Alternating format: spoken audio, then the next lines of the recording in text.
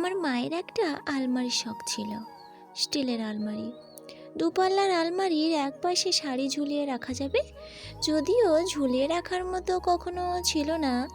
আমার সামান্য চাকরি বাবা তাকে বছরে দুটো পরার সুতির শাড়ি ছাড়া অন্য কাপড় কিনে দিয়েছে বলে আমি অন্তত দেখিনি। সেই কাপড় শুধু মা একা পেত না, ঠাকুমা ও পিসিও পেত।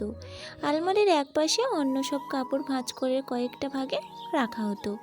সবসময় পরার কাপড় একটাই, শীতের সোয়েটার বলো একটাই, নিচে লেপ কম্বলগুলো রাখা থাকবে। আলমারি খুললে ন্যাপথলিনের একটা ঘ্রাণ ভেসে আসতো। আমাদের জামা কাপড় রাখার জন্য দুটো ট্র্যাঙ্ক ছিল। একটাতে শীতের জামা কাপড় থাকতো, আর একটাতে একটু ভালো জামা ধুয়ে মার দিয়ে ব্লু দিয়ে রাখা। একবার তিনি সংসার খরচ এদিক সেদিক করে কিছু টাকা জমালেন। আলমারির দাম কত হতে তার ধারণা বাইরে ছিল। তখনকার সময়ে 4,000 টাকায় আলমারি পাওয়া যেত। মা জমিয়েছিল 1300 টাকা। সেই টাকা তিনি একটা পুটুলির মধ্যে করে ভালো জামা কাপড় রাখা ট্র্যাঙ্কের এক কোণে রেখেছিলেন। বাবাকে খুঁজতে গিয়ে টাকাটা পেয়ে গেলেন। মাকে ডেকে খুশিতে গদগদ হয়ে বললেন, রাসু, ট্র্যাঙ্কে কিছু টাকা পাইলাম, তুমি রাখছো নাকি? মা উত্তর দিলেন, না। টাকা জমিয়েছেন? এই লজ্জায় সংকুচিত হয়ে গেলেন। বাবা সেই টাকা দিয়ে দুই বোনে শ্বশুরবাড়িতে বাজার পাঠালেন।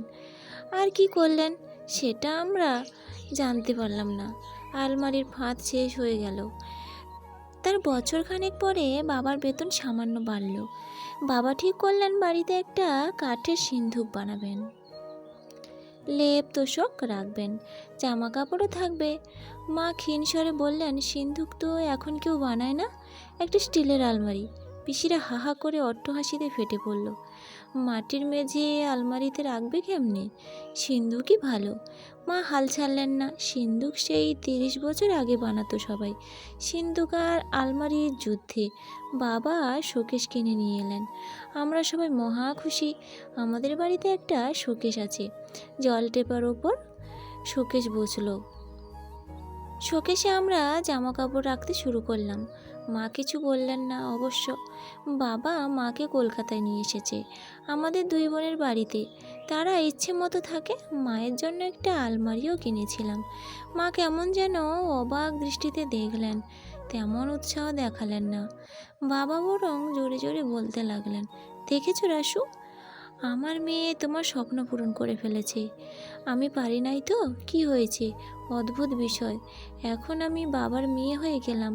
অথচ যেদিন কলেজ পাশ করে কাকদ্বীপে ভর্তি হতে চেয়েছিলাম, তখন বাবা সহ সবাই মাকে বলেছিল, তোমার মেয়ে আরও পড়তে চায়, জজ ব্যারিস্টার বানাতে তারও আহ্লাদ দিয়ে মাথায় তুলছো। মাইয়া যুবতী ঘরে রাখতে হয়, শাসন করতে হয়। এইবার দেখবা পাখনা গজাইয়া গেছে। মা কিছু বলেনি সেদিন।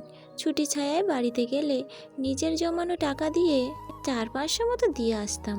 বাড়ির অন্য সকলের ভাবনাখানা ছিল যেন সংসারে যা কিছু সমস্যা সব কিছুর পিছনে বুঝি মায়ের হাত।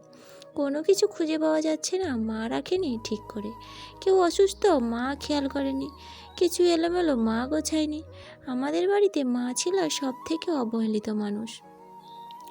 যেন তার কোনো ইচ্ছে নেই, তার খিদে নেই, তার পছন্দ নেই, তার শখ নেই। আমি মাঝে মাঝে ভাবি, এভাবে এরকম অদৃশ্য হয়ে তিনি জীবন পার করে দিয়েছেন। সংসারে কোনো সিদ্ধান্ত নিলে যে পারিবারিক মিটিং বসতো, সেখানে মায়ের ভূমিকা উপস্থিত সদস্যদের চেয়ে চা নাস্তা দেওয়া, কে কে রাতে থাকবে তাদের বিছানা তৈরি করা, আর সকলের জন্য নানান ব্যঞ্জন রান্না করা পর্যন্ত। বড় হবার পরে বাবাকে একদিন চেপে ধরলাম, কেন এত অবহেলা করছো মাকে? তোমার মা বোন যে গুরুত্ব পেয়েছে সেটা আমার মা পায়নি কোনো দিন। বাবা উত্তর দিতে না পেরে বোকা বোকা হাসি দিলেন। আমার সংসারে আমি অদৃশ্য হয়ে থাকি না, বরং সব বিষয়ে নাক গলাই, নিজের মতামত দিই, নিজের পছন্দ অপছন্দ জোর গলায় বলি। আমার মেয়ের কোনো সমস্যা হলে তীর আমার দিকেই তাক করা। আমি সেটা ঘুরিয়ে সবার ভুলটা ধরিয়ে দিই। আমার মা সব দিয়েও তিনি অদৃশ্য হয়েছিলেন। আমি সেটা কখনোই করব না, কখনোই না।